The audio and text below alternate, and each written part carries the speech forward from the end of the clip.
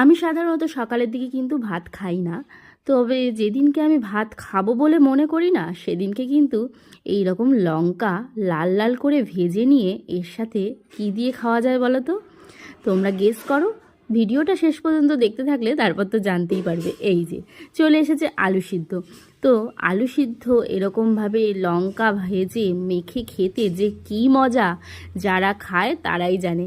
অনেকে আবার ভাবে গ্যাস অম্বল হবে। হ্যাঁ, আমিও কিন্তু ভয় পাই অ্যাসিডিটির, তবে কিন্তু মাঝে মাঝে খেয়েই।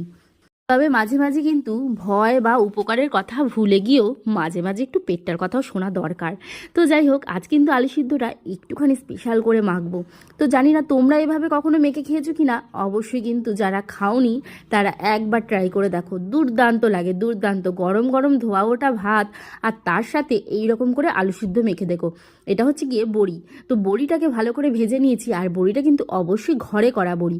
আমার ননদের বাড়ি গিয়েছিলাম কদিন আগে, ননদ আমাকে পাঠিয়ে দিয়েছে, ননদ নিজে বানিয়েছে বড়িটা।